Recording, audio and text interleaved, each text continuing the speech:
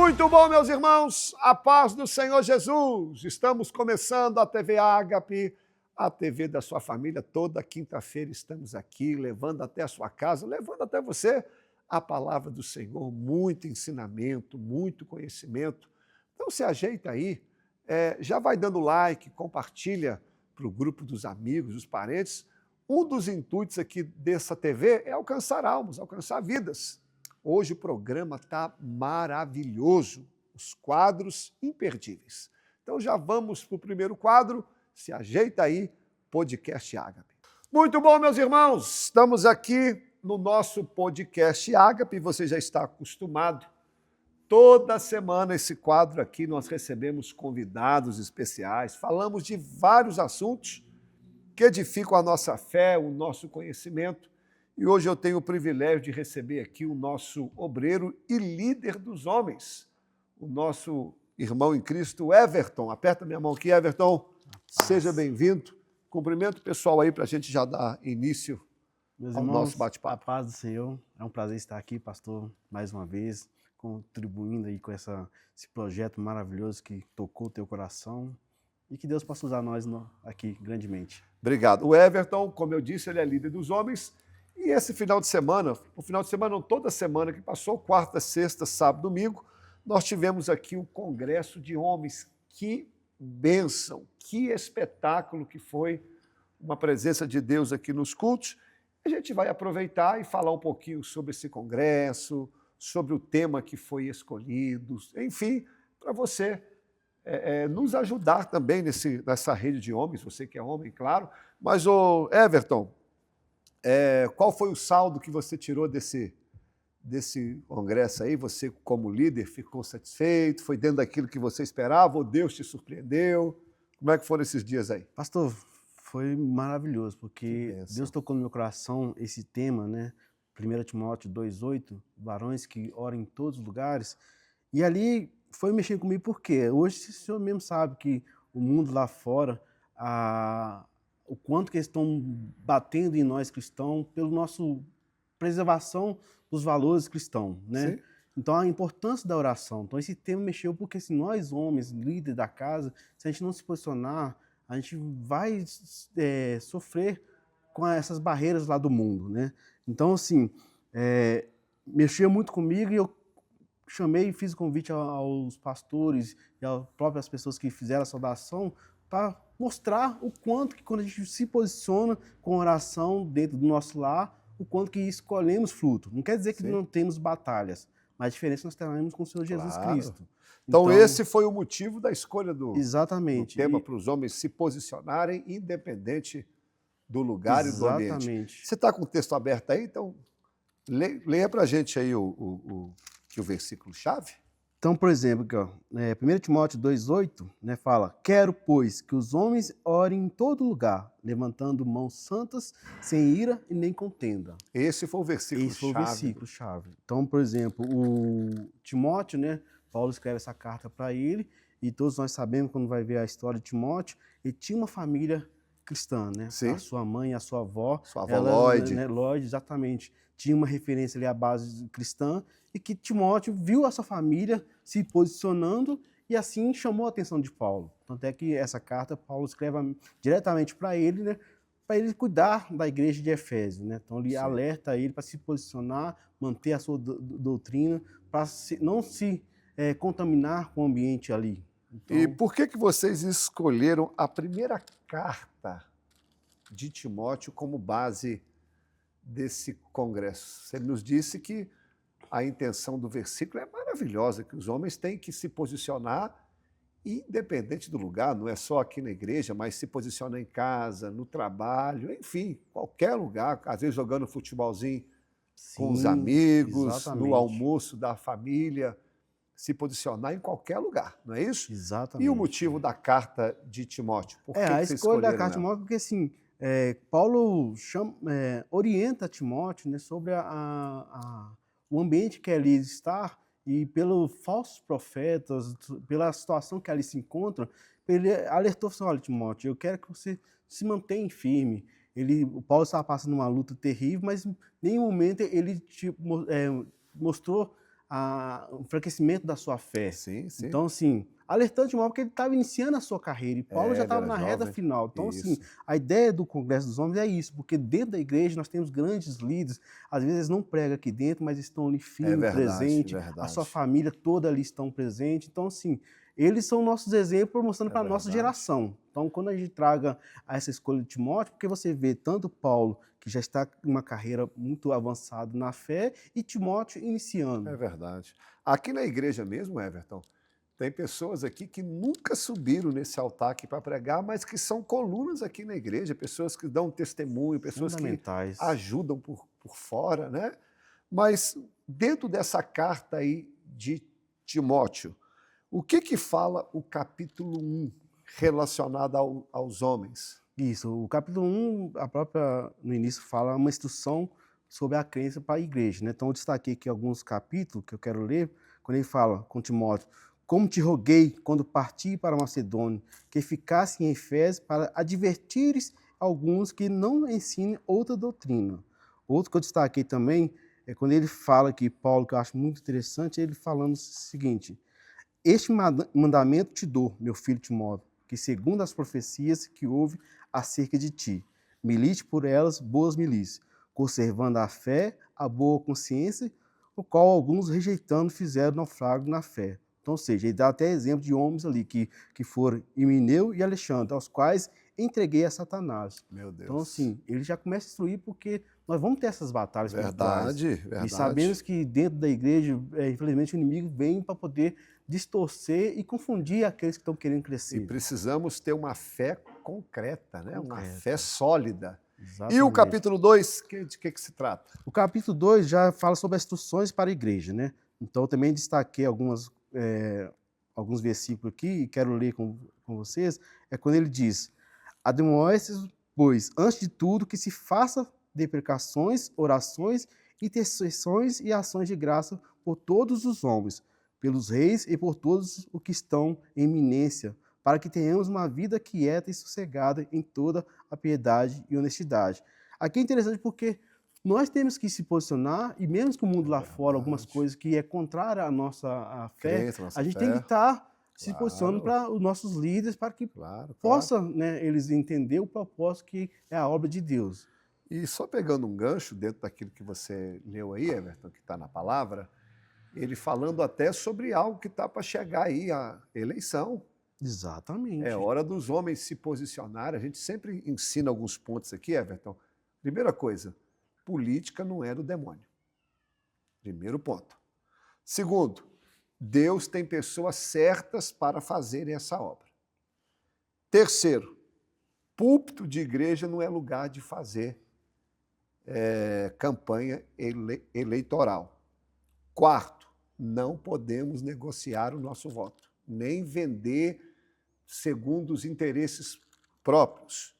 E quinto, que nós venhamos orar pelas autoridades. E sexto e último, que a gente venha ter discernimento para fazer escolhas certas, para a gente colocar no comando pessoas que tenham princípios bíblicos, éticos, morais e que tenham planos também para a nossa cidade. Aí está dizendo para a gente orar pelos reis, pelas autoridades, a gente já pega esse gancho e já fala sobre isso, porque nós, homens, temos uma importância nisso, né? Exatamente. O senhor falou bem, porque muitas às vezes o pessoal fala, política não tem nada a ver com nós que somos. Tem sim, Não, a gente tem que se posicionar. nós somos seres espirituais, entre aspas, mas estamos aqui, temos que fazer a diferença.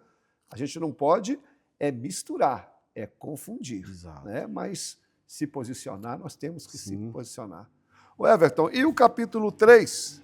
O capítulo 3, pastor, eu destaquei 2 versículos que é importantíssimo, que ele fala aqui: quem governe bem a sua própria casa tem seus filhos em sujeição em toda a modéstia. Porque se alguém não sabe governar a sua própria casa, terá cuidado com a igreja de Deus? Então, assim, eu achei muito interessante destacar isso, porque é exatamente isso. Igual o Zilton, no domingo de manhã, ele pregou aqui falando muito bem isso, que nós, primeira coisa, a gente tem que cuidar da nossa casa. Sim. A nossa casa é o nosso primeiro ministério ali. Então, se a nossa esposa, os nossos filhos não estão conosco ali dentro do nosso propósito, ali já começa a gente falhar. Então, tendo o nosso bem, nosso lar debaixo da mão de Deus, na obra aqui também vai ser da mesma maneira. Sim. A gente sempre ensina também, Everton, porque hoje em dia que o inimigo tem bombardeado muito as nossas casas, as nossas famílias, e hoje eu vejo muitos homens também envergonhados, porque às vezes o filho não está aqui, ou a esposa não está, e isso o inimigo gera para jogar uma seta, para dizer que você tem falhado, entristecido. E eu sempre oriento os homens a não parar, não desanimar, porque, como diz Provérbios 22:6, quando você ensina a criança no caminho que ela deve andar, há uma promessa que mais cedo ou mais tarde ela vai voltar, porque Sim. a gente tem domínio sobre os nossos filhos só até certa idade, depois eles são livres para fazer as escolhas. Claro que o nosso papel, como você disse aí, e a Bíblia diz, é a gente ser exemplo, ensinar, admoestar, mas vai chegar uma hora que ele vai bater asa. E às vezes o inimigo aproveita isso para colocar um sentimento de vergonha, de incapacidade, e a gente orienta a crer nessa promessa, porque tudo que está na Bíblia eu creio. Se você educou o seu filho, a sua esposa, a sua família no caminho do Senhor, e se mais cedo ou mais tarde que desviou, eles vão voltar para o caminho. Né? Então fica essa palavra de encorajamento. E aproveitando, tem uma das pregações que me marcou, foi quando o senhor trouxe uma mensagem sobre Paulo, quando ele estava na sinagoga lá, onde que o menino dormiu e caiu dentro da igreja. O Eutico. Aí o legal é que você falou assim, gente, mesmo fraco, cai aqui dentro, porque vai ter alguém levantado. Isso aí. E isso eu carrego comigo, pastor, porque tem dia que a gente está em dias muito pesados, a gente está em dias ruins. Acontece. Então, assim, às vezes você entra aqui sem força, sem nada, mas está aqui dentro. Verdade. Então, assim... Porque o Eutico, isso está em Atos capítulo 20, a partir do verso 7, o Eutico caiu, ele estava na janela, ele poderia ter caído para dentro ou para fora. Quando você cai dentro da igreja, Deus sempre usa alguém para nos ajudar, né, Everton? Porque então, assim, o ruim é quando você cai fora da igreja. Então, mesmo o mal, às vezes, eu preguei, isso foi semana passada, acho que foi na ceia, eu usei até um exemplo de uma árvore. Nenhuma árvore floresce o ano todo. Tem época que ela está seca. Se você olhar para ela, você acha que ela está morta. Mas ela não perdeu as suas raízes. E ela vai voltar a florescer de novo. E assim somos nós, mesmo fraco, estejamos aqui, né? Porque a qualquer hora Deus usa alguém e a gente floresce de novo. Exatamente. O Everton, e para a gente já partir para o fim, neste congresso teve saudação, né, da palavra. Isso. E foi direcionada ao tema e qual o propósito foi? Ontem eu fiquei até surpreendido, vou deixar você falar primeiro. Eu gostei demais, pastor, que Deus assim, me tocou, falou assim, olha, escolhe as pessoas que têm uma identidade com a igreja e pede eles para contar a história. Porque quando a gente olha em Deuteronômio, de 11 a 19 ali, quando fala sobre os milagres, e que Deus fala para Moisés, fala para os anciões, que os filhos deles não verão, mas quando os anciões estiverem com seus filhos, conta os milagres que Deus fez, conta a história do teu Deus. Isso aí. Né? Então, assim, porque às vezes as pessoas confundem, pô, a pessoa subiu aqui e referenciou o Pai, por exemplo. Ah, pô, mas não é o culto não é para Jesus Cristo? Sim, mas o próprio Paulo diz, sejam meus imitadores como eu sou de Cristo. É verdade. Então, aquilo me chamou, falei assim, pô, deixa eu ver quem na igreja tem uma história linda. Aí, o primeiro convite foi para a Lucrécia, né, que trouxe uma mensagem maravilhosa. Contou assim, o testemunho de Zé até Prata. hoje, assim, aqui até arrepio, Meu Deus, porque assim... E são minhas ovelhas aqui há tanto tempo e eu não sabia desse detalhe. Eu sabia daquilo que Deus fez na vida dele, mas não dos detalhes, como foi contado. Sim, ele se posicionou em oração, pediu para que eu fiquei muito emocionado ali. E aí eu trouxe a Fernanda na sexta-feira para falar um pouco da história da sua família, que é a outra família que tem um testemunho maravilhoso com a igreja. Então, assim, Deus foi me tocando, eu chamando as pessoas. O Sr. Luiz, que a Nara também trouxe uma mensagem no domingo aqui. É espetacular. Ele se emocionou, eu agradeci. Ele falou, Sr. Luiz, eu quero o senhor aqui comigo, porque você é referência para nós. O Sr. Luiz é maravilhoso. Então, assim, ele é um dos exemplos, que você comentou, homens que ali estão, que são nunca pilares. Subiu aqui, mas são pilares da igreja. Então, assim, aí Deus foi me trazendo. E, por último, e ontem, rapaz, nosso futuro pregador, Emanuel, deu um show. Emanuel me surpreendeu, porque assim, a gente é muito parecido, muito, tanto fisicamente como a personalidade, muito tímido. E o Emanuel, para quem não sabe, ele tem certa dificuldade na fala, como eu tenho também. E eu jamais imaginaria ver o Emanuel nessa idade de hoje subindo num púlpito. Que bom, quando ele falou que Emanuel, eu falei, não é possível. E ele foi, rapaz, não gaguejou, fez o sermão da maneira que eu gosto, buscando do contexto, aplicou e contou o testemunho de vida nosso. Nossa, E foi- algo me chamou a atenção, Everton.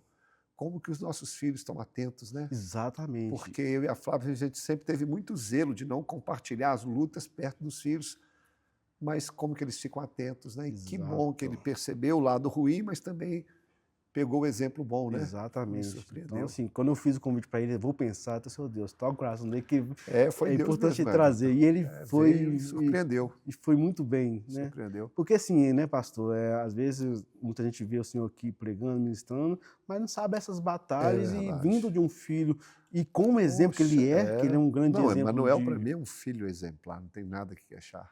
Então esse foi o propósito. Então, assim, trazer essas referências das pessoas líderes nós Sim, e o fruto que é colhido, é né? Porque verdade. tanto essas pessoas, as suas famílias estão firmes na igreja. Ô Everton, eu só tenho que te parabenizar. Que congresso espetacular, fomos edificados, que Deus continue te dando graça, força. Aperta minha mão aqui. Obrigado pelo excelente trabalho e despede aí do pessoal para a gente Te agradeço encerrar. novamente pela confiança, né? E que nós possamos, homens, caminhar cada vez mais debaixo da graça do Senhor e fortalecer para que nós possamos ser essa referência para as novas gerações. Então, assim, agradeço aí essa confiança e espero que possa contribuir mais para o reino de Deus. Homens, venham participar com a gente da rede de homens aí, que está uma benção, tá bom? Ô Everton, brigadão. Pessoal, fica com a gente aí, tem muita coisa boa aqui no programa. Próximo quadro. Esse congresso de homens foi maravilhoso. Everton, obrigado aí e todos os homens. Agora, o próximo quadro, o nosso irmão Zilton. Bom, meus amigos, esse é o nosso Cantando a Palavra e nós iremos hoje analisar uma canção que é muito conhecida dentro do contexto musical das igrejas. É uma canção de repertório congregacional, é uma canção da cantora Heloísa Rosa, onde ela fala sobre um lugar onde nós encontramos descanso, refrigério e verdade em Deus. Então nós iremos analisar hoje a canção Há um Lugar. Com certeza você já ouviu. Ela é uma música que ela fala muito sobre segurança e paz que só pode ser encontrada em Deus. E ela faz o uso de várias referências bíblicas durante as suas declarações. Então, a letra ela pode até soar um pouco repetitiva pela a quantidade de começos de frases onde ela fala, há um lugar. Mas vale a pena caminhar frase por frase para nós entendermos biblicamente aquilo que está sendo exposto dentro dessa canção. Então, o começo dela vai falar o seguinte, há um lugar de descanso em ti, há um lugar de refrigério em ti, há um lugar onde a verdade reina. Se nós começarmos por há um lugar de descanso em ti, nós encontramos esse texto em Mateus 11, 28, onde Jesus diz, vinde a mim todos vós que estáis cansados e sobrecarregados, e eu vos aliviarei. Em Mateus 11, 28, Jesus nos convida a encontrar descanso na sua pessoa, oferecendo alívio e conforto a quem está cansado. E em seguida, a ideia de refrigério na canção ela é reforçada também por Jeremias 31, 25, onde ele vai dizer o seguinte, eu saciarei a alma cansada e saciarei também toda a alma entristecida.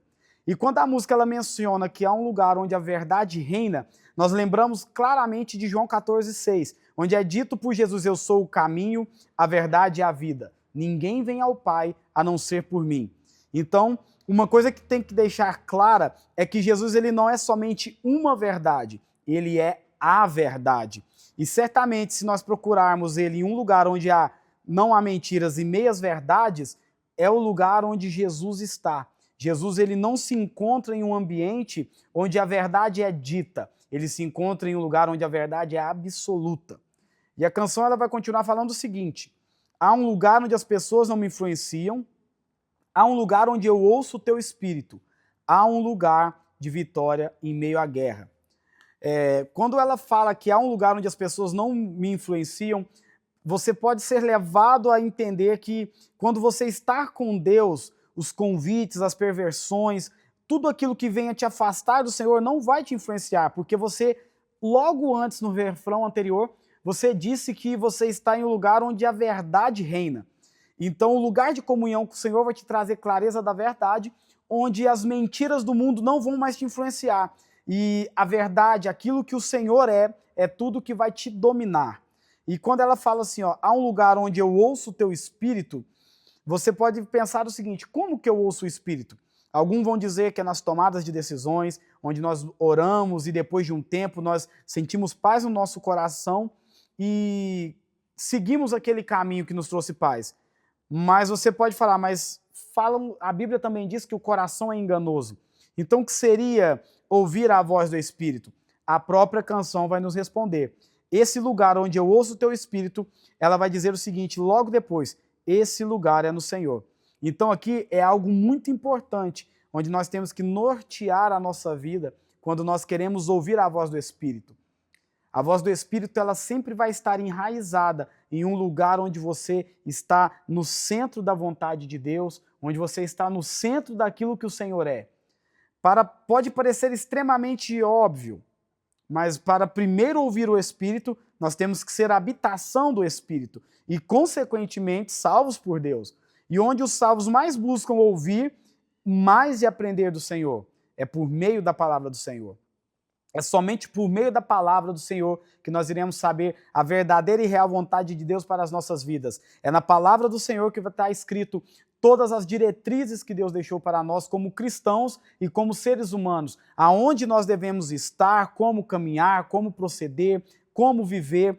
Tudo que nós vamos viver neste mundo está aonde o Senhor está e aonde o Senhor fala, que é na Bíblia Sagrada. Quando nós lemos também na canção há um lugar de vitória em meio à guerra, nós somos levados também em 1 Coríntios 15, 57, onde Paulo vai dizer o seguinte, mas graças a Deus que nos dá a vitória por nosso Senhor Jesus Cristo. Então, sim, no Senhor nós temos vitória, mas que vitória é essa? Que tipo de vitória nós temos buscado no Senhor? Não é apenas uma vitória sobre todas as circunstâncias, as dificuldades, as lutas que nós enfrentamos todos os dias, pois parte da nossa caminhada como cristão também é perder, também é abrir mão de coisas que por hora nós queríamos muito. Nós podemos passar por lutas que nos levam à morte, mas então aqui é o lugar onde nós temos que ter muito cuidado ao definir essa vitória.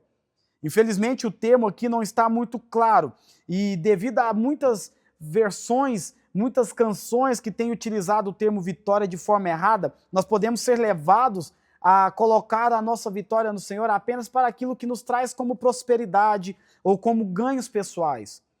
Mas, se nós acharmos que podemos bajular a Deus e receber dele algum tipo de vitória, nós estaremos pecando contra o Senhor. Qual vitória contra a guerra é essa que nós estamos falando? Quando nós entendemos o contexto de 1 Coríntios 15, 57, a vitória que nós temos em Cristo é a vitória sobre a morte, é a vitória contra o pecado, é a vitória contra Satanás. A vitória que nos é garantida por Cristo é a vitória sobre os males que nos levava para a condenação eterna. E nós somos vencedores em Cristo Jesus contra tudo aquilo que nos afastava dele. Então, dentro do contexto da canção, é muito bom que nós tenhamos isso claro na nossa vida. O lugar onde nós temos vitória em meio à guerra, nós estamos falando da vitória de Cristo, onde ele vence a morte e nos habilita a reinar com ele. Não é uma vitória sobre qualquer circunstância mundana, mas é uma vitória que nos habilita a sermos salvos e habitar com o Senhor por toda a eternidade. A canção, ela vai repetir novamente que há um lugar onde a constância não lhe domina, há um lugar onde a fé é fortalecida, há um lugar onde a paz é quem governa. E aqui nós podemos também encontrar uma falta de clareza nesse lugar. Não é que a canção esteja errada, mas é porque nós às vezes batemos muito em teclas que o contexto do culto tem que ser claro para que não haja dúvida na cabeça da pessoa. Quando nós estamos ministrando a palavra, nós temos que falar de forma que as pessoas consigam entender. E também é assim para quem está cantando. Tem que ter clareza. Quando nós cantamos que há um lugar onde a inconstância não me domina, o que nós queremos dizer com isso? O que significa ser constante no Senhor? Ao pensar em constância é muito difícil não pensar na carta de Tiago, no capítulo 1, do versículo 5 ao versículo 8, onde ele diz o seguinte: se porém algum de vocês necessita de sabedoria, peça a Deus, que a todos dá com generosidade e sem reprovações, e ela lhe será concedida. Peça-a, porém, com fé, em nada duvidando, pois o que duvida é semelhante à onda do mar, impelida e agitada pelo vento. Que uma pessoa dessas não pense que alcançará do Senhor alguma coisa, sendo indecisa e inconstante em todos os caminhos. Mas fica a pergunta, sem a passagem bíblica, sem esse conhecimento claro da Escritura, a pessoa vai saber o que é não ser dominado pela inconstância? Perceba que algumas frases isoladas, elas vão trazer um contexto confuso. Ainda mais quando nós pensamos em músicas para o culto, onde nós temos pessoas com muito tempo de igreja, pessoas que são visitantes e também pessoas que às vezes não têm um domínio grande da palavra. O lugar onde a inconstância não te domina é o lugar onde você está tão firmado na rocha que nada mais consegue te abalar. Onde é um lugar onde a sua fé é fortalecida?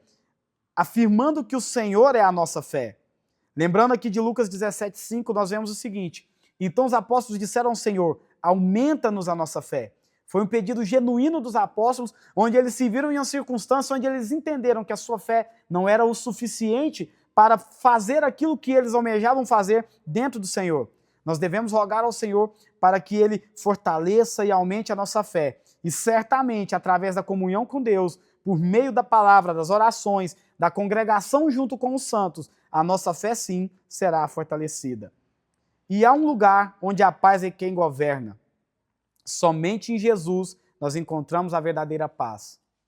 Não existe outra forma de você encontrar a verdadeira paz.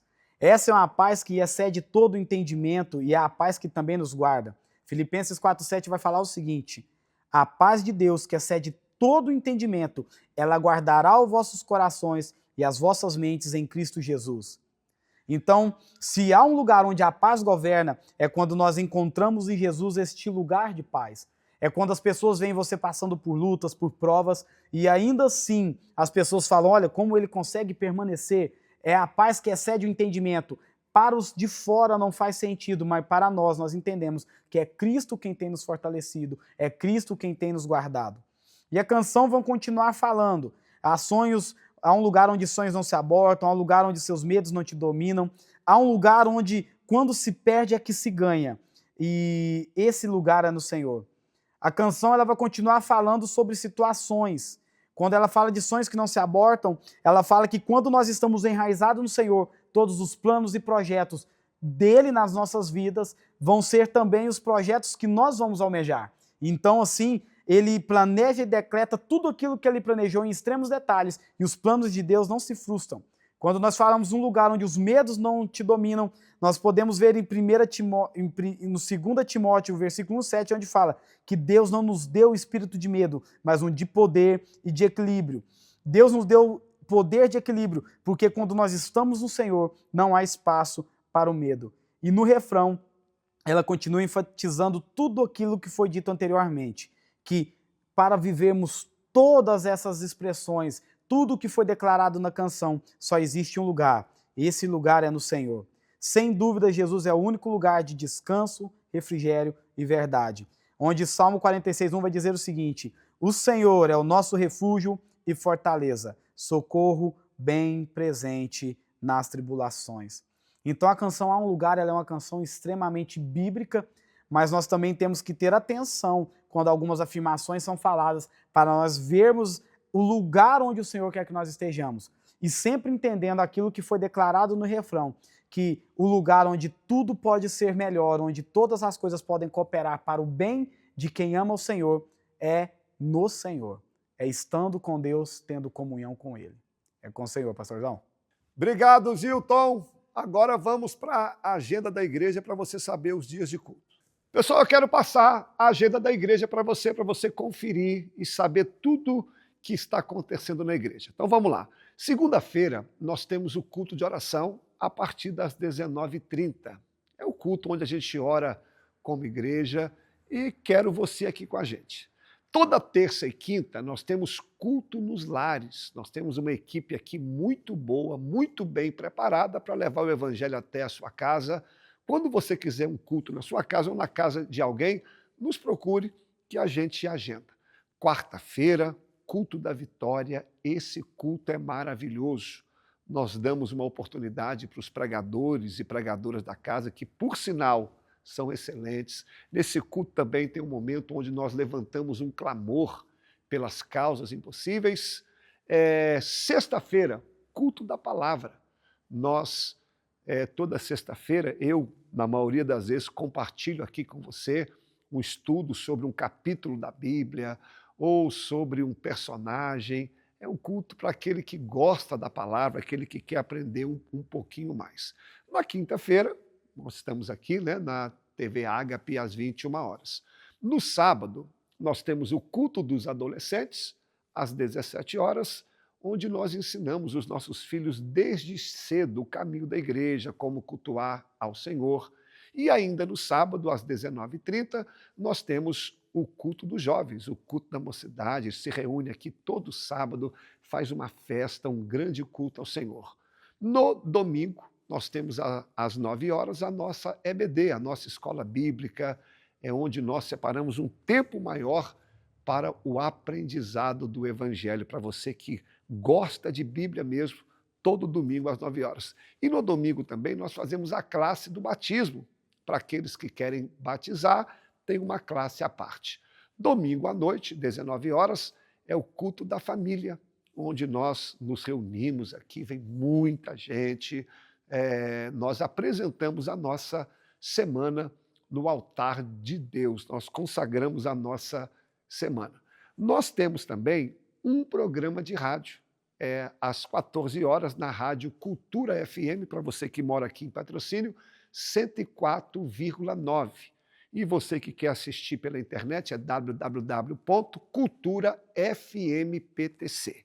E uma última coisa, nós temos aqui na igreja também vários ministérios, ministério de adolescente, das crianças, intercessão, mas eu quero falar de um especial, é o projeto social, para você que gosta de trabalhar nessa área, tem uma equipe aqui que ajuda com alimentos, na época do frio junta as roupas, enfim, você que gosta também desse trabalho, vem aqui participar com a gente. Essa é a agenda da igreja, venha ajudar conosco, juntos somos mais fortes.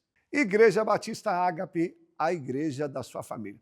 Não esqueça de dar o like nem de compartilhar. A minha irmã Adriana agora, qual que é a palavra de hoje, Adriana? Olá, meus amigos, cumprimento vocês com a paz do Senhor. Hoje eu estou aqui mais uma vez com passagens e personagens esquecidos da Bíblia. E na semana passada, nós tratamos de um personagem chamado Nabal, que está escrito lá em 1 Samuel, capítulo 25.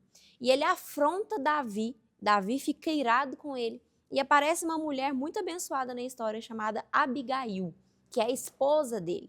Hoje eu vou tratar sobre Abigail. Mas se você está descontextualizado, não está entendendo de quem que eu estou falando, de qual texto que se trata, volta lá no quadro da semana passada para você entender melhor, né? Ser contextualizado melhor.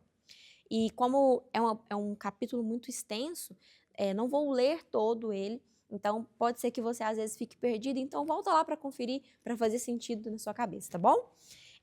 Abre comigo 1 Samuel, no capítulo 25, nós vamos ler a partir do versículo 16. A palavra fala assim, ó.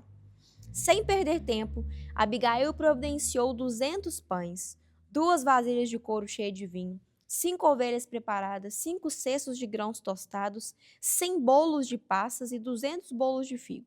Colocou tudo em uma jumenta e disse aos servos, vão adiante e logo seguirei. Mas não contou a seu marido Nabal o que estava fazendo. Quando Abigail entrava num desfiladeiro montado em seu jumento, avistou Davi e seus homens vindo em sua direção. Davi tinha acabado de dizer, de nada adiantou ajudarmos esse sujeito, protegemos seus rebanhos no deserto e nenhum de seus bens se perdeu ou foi roubado, mas ele me pagou o bem com o mal. Que Deus me castigue severamente se eu deixar um homem ou um menino vivo na casa de Nabal até amanhã de manhã. Quando Abigail viu Davi, desceu depressa do jumento e se curvou diante dele, com o rosto em terra. Caiu a seus pés e disse, a culpa é toda minha, meu senhor. Por favor, ouça o que sua serva tem a dizer. Nabal é um homem perverso. Não dê atenção ao que ele disse. Ele é insensato, como seu próprio nome indica. Mas eu nem sequer vi os rapazes que o Senhor enviou. Agora, meu senhor, tenha certeza de que tão certo como vive o Senhor e tão certo como a sua própria vida, foi o Senhor que o impediu de matar e se vingar com as próprias mãos. Que todos os seus inimigos e os que procuram matá-lo acabem com Nabal. Aqui está um presente que sua serva trouxe para o Senhor e seus companheiros. Por favor, perdoe-me se ofendi de algum modo. Agora vamos pular lá para o versículo 36. Fala assim: quando Abigail chegou em casa, viu que Nabal estava oferecendo um banquete digno de rei. Ele se divertia e já estava muito bêbado, de modo que ela só lhe contou sobre o encontro com Davi na manhã seguinte. Pela manhã, quando Nabal estava sóbrio, sua esposa lhe contou o que havia acontecido. Como consequência, teve um mal súbito e ficou completamente paralisado. Passados cerca de 10 dias, o Senhor feriu e ele morreu. Bem, então essa aqui é a história de Abigail, né? Na semana passada nós falamos sobre Nabal e hoje, como eu disse, sobre Abigail.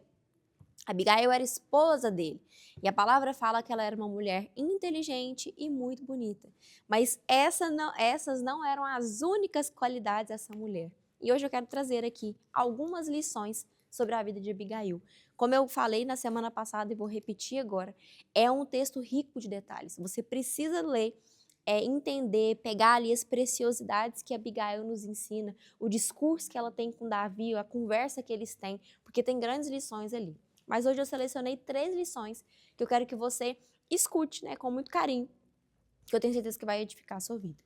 Primeira delas, soluções pontuais e ouvidos dispostos para demandas urgentes. Bem, aqueles servos, eles não foram falar com Nabal sobre o que estava acontecendo, né, sobre a questão de Davi ter ficado furioso, de Davi estar preparando homens para matar todo o acampamento ali de Nabal. Eles foram tratar diretamente com Abigail. Por quê? Porque ela era uma mulher com soluções pontuais e com ouvidos dispostos para ouvir essas demandas. Os próprios servos falaram: olha, a gente não foi falar com Nabal porque ele simplesmente não nos ouve. E aqui fica a pergunta para nós: será que nós estamos parecidos com Abigail, que é uma pessoa receptiva a ouvir problemas, a ouvir demandas, a ouvir questões, ou nós estamos parecidos como Nabal? Aquela pessoa endurecida, que não escuta, que não ajuda, egoísta, que é difícil tratar e difícil conversar com ela. Fica o questionamento, porque Abigail nos dá um exemplo de sermos aquelas pessoas dispostas a ouvir, dispostas a ajudar com o problema do outro, que também pode me afetar, mas também o problema ali do outro. Isso era um problema de Nabal e Davi, e ela ali com toda a sua sabedoria e sensatez, diferentemente de Nabal, escuta aqueles servos e acaba poupando a sua própria vida. Então fica o questionamento, né? Será que eu tenho sido uma mulher capaz de solucionar problemas, capaz de ser sábia o suficiente para as pessoas confiarem a mim? Ou eu tenho sido um homem com essas características? Ou será que nós temos parecido como Nabal? Fica o questionamento. Segundo ponto, estratégias silenciosas. Você pode ver, a palavra lá no versículo 16 fala assim, ó, sem perder tempo. Abigail, ela começou a arquitetar um plano para impedir a fúria de Davi. Você não vê ela discutindo com Nabal, você não vê ela brigando com os servos, você não vê ela brigando com Davi. Nada disso. Você vê ela fazendo o que pode com o que tem nas mãos, né, que era simplesmente um banquete, e levando isso para Davi e solucionando ali com muita humildade. Então, estratégias silenciosas. A palavra fala que ela não contou para Nabal, mas que ela tomou uma atitude sábia, resolveu e depois, no momento certo, expôs. Isso me lembra muito de Esther. A gente pega ali Esther, né, com o rei Assuero, quando ela fica sabendo daquele decreto, ela não vai diretamente discutir com o rei, ela vai orar. Ela cria uma estratégia ali com todos os judeus e depois ela apresenta isso para o rei no momento oportuno. Estratégias silenciosas nos fazem vencer. Então, será que nós temos sido essas pessoas que têm estratégias boas, estratégias silenciosas, estratégias diante de Deus, que movimentam todo um contexto e mudam esse contexto para melhor? Ou será que nós temos sido o tipo de pessoas que brigamos, que falamos alto, que discutimos, que batemos no peito às vezes e somos arrogantes uns com os outros? Como que será que nós temos sido? Vale o questionamento. A palavra no finalzinho ali fala assim, ó, quando Davi escuta ela falar, né? Ele fala assim, ó, você me impediu, louvado seja Deus pela sua vida, você me impediu de fazer uma besteira. Então, o perfil de Abigail é o perfil de pessoa que vai ser usada para impedir catástrofes, impedir que problemas eles se desenrolem e aconteçam, mas pessoas que elas poupam os problemas, elas conseguem solucionar antes mesmo do problema vir acontecer. Vamos pensar sobre isso.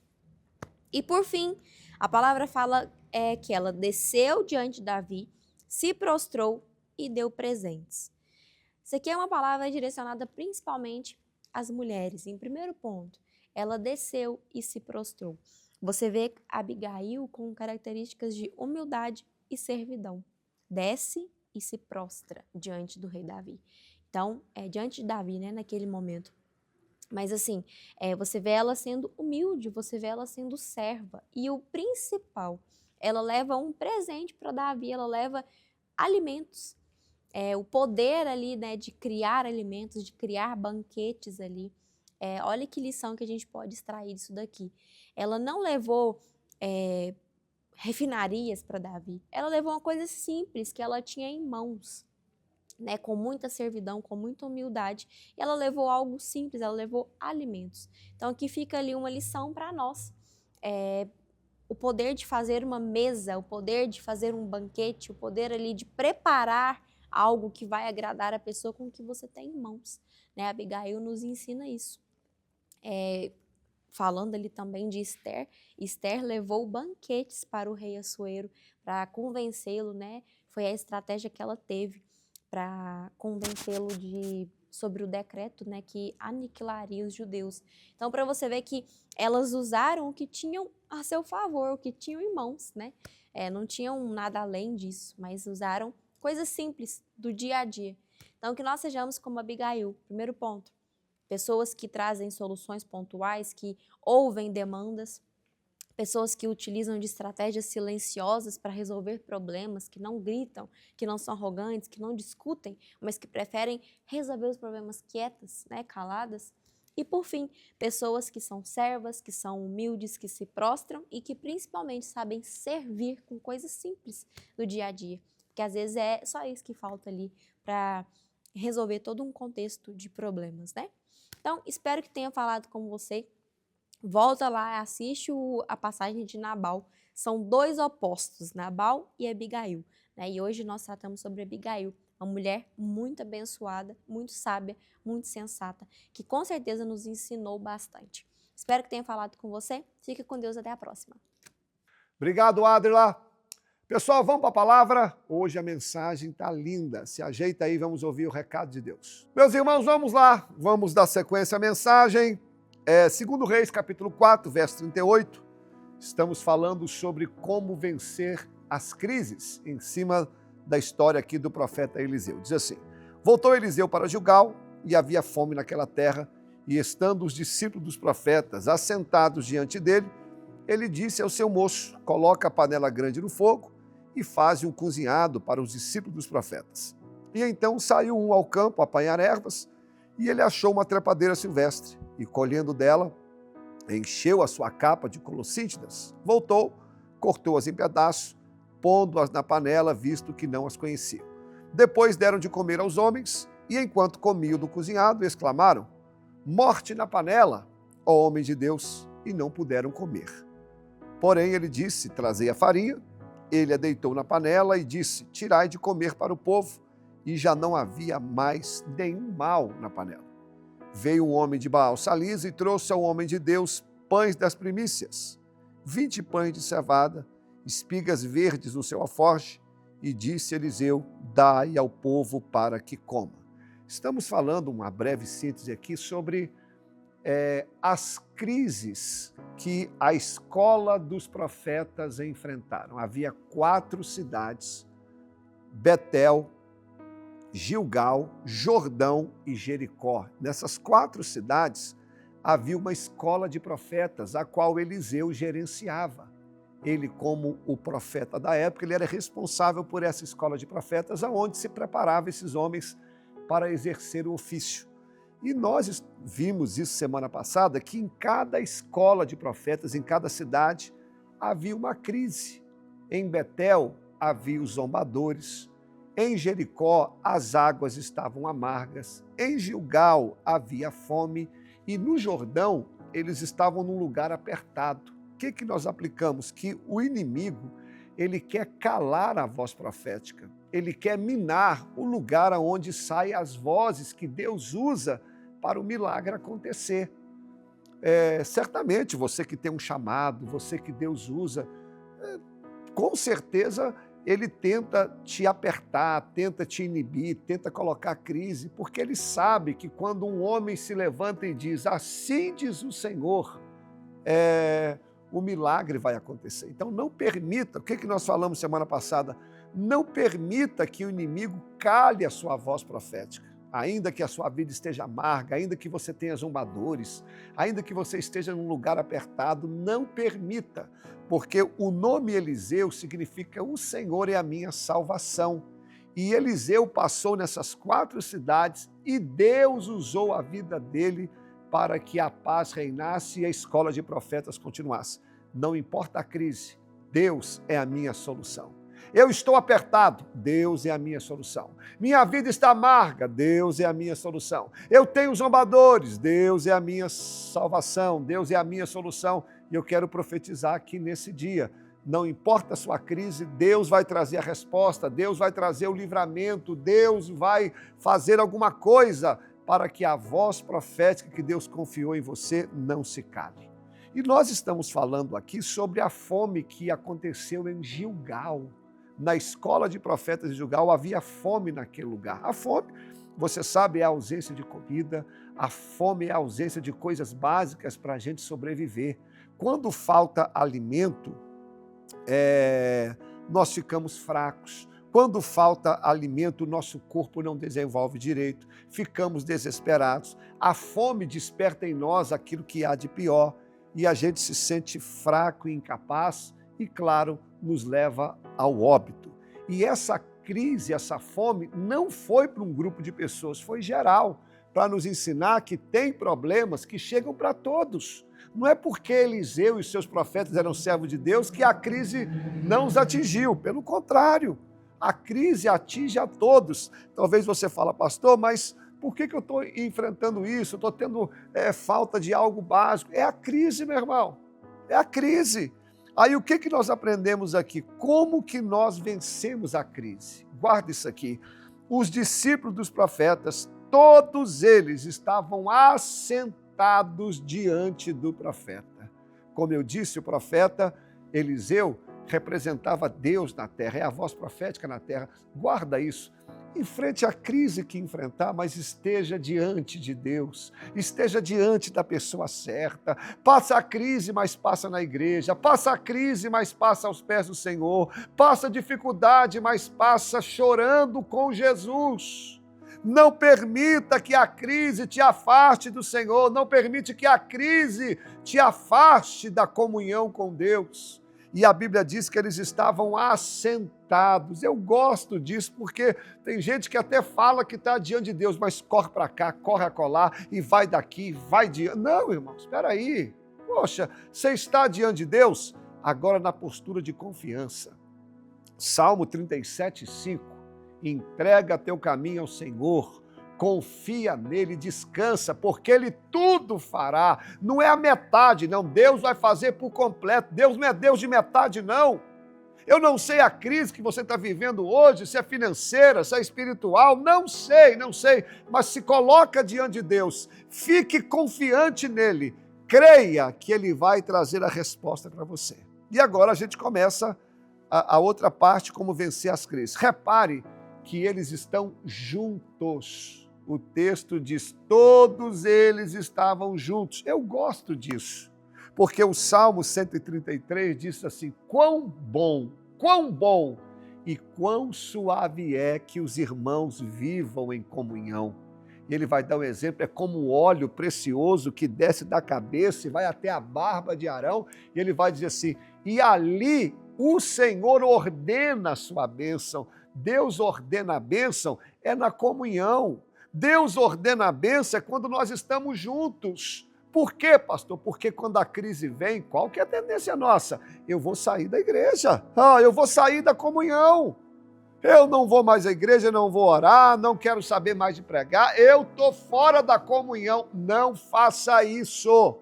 Sempre quando o inimigo quer destruir alguém, a primeira coisa que ele faz é te afastar da comunhão. O meu finado pastor Edilson, ele até usava uma frase que eu nunca esqueci, ele falava assim: catitu longe da manada vira papá de onça. Catitu é um animal, quando ele se afasta da manada, ele vira comida de onça. Eu não sei se você gosta de ver aqueles Discovery, eu gosto de ver de vez em quando, a Flávia até morre de rir.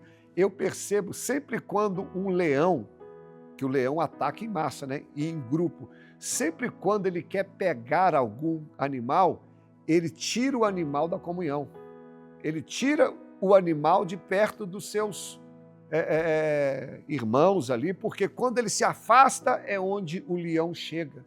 E é isso que o inimigo quer fazer com a gente, tirar da comunhão. Mas hoje, em nome de Jesus, volta para a comunhão, volta para a igreja, volta para a presença do Senhor, porque enquanto nós estamos na casa de Deus, quando nós estamos em comunhão, como diz o Salmo 133, o Senhor vai ordenar a bênção. Uma outra forma para a gente vencer as crises, primeiro, esteja diante de Deus. Segundo, na postura certa. Terceiro, não se afaste da comunhão. E a Bíblia diz que eles estão em Gilgal, onde está a escola de profetas. Esse nome Gilgal aqui para nós, a gente só sabe que tem na Bíblia, mas todo judeu sabia o significado de Gilgal. Gilgal, quando Israel estava no deserto, quando eles passaram o deserto, antes de entrar na terra prometida, eles pararam em Gilgal. Gilgal significa círculo de pedra. Ali naquele lugar, eles levantaram um monumento ao Senhor. Naquele lugar, eles se lembraram que o deserto acabou. Naquele lugar, Deus cessou o maná e agora eles começaram a ser sustentados pelo produto da terra. E em Gilgal, guarda isso aqui, eles foram circuncidados, porque lá no deserto ninguém foi circuncidado. Então ali é lugar de aliança com Deus. Pastor, o que o senhor quer nos ensinar? Guarda isso aqui. Quando eles estavam em Gilgal, eles se lembraram de tudo aquilo que Deus fez. Exemplo, eu estou na crise, é verdade, tem fome, é verdade, mas foi nesse lugar que Deus sustentou o povo. Foi nesse lugar que Deus fez uma aliança com o seu povo. Foi nesse lugar que Deus providenciou um outro tipo de alimento. Pastor, o que você quer nos ensinar? Recebe aí para a gente terminar essa palavra aqui hoje. Quando você estiver na crise, lembra da aliança que você tem com Deus. Deus é Deus de aliança, Deus é Deus de promessa. Deus não vai te desamparar. Você esqueceu que Deus tem uma aliança contigo?